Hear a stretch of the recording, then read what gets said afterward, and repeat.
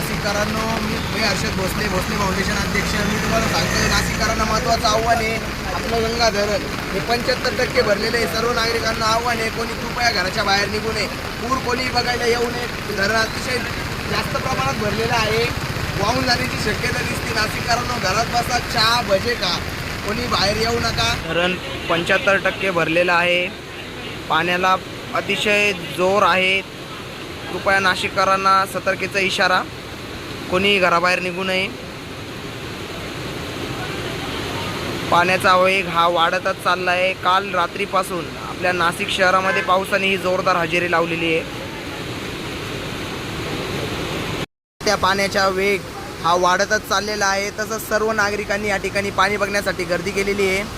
बघू शकता तुम्ही, वाढत्या पाण्याचा आनंद घेण्यासाठी सर्व नाशिककर इथे जमलेले आहे. पाण्याचा वेग अतिशय वाढत चाललेला आहे. आपल्या इकडे थोडाच वेळात आपला ऑरेंज झोन हा अलर्ट करण्यात येणार आहे. बघू शकता, वेळेनुसार हा पाण्याचा वेग अतिशय हा या ठिकाणी प्रमाणात वाढत आहे.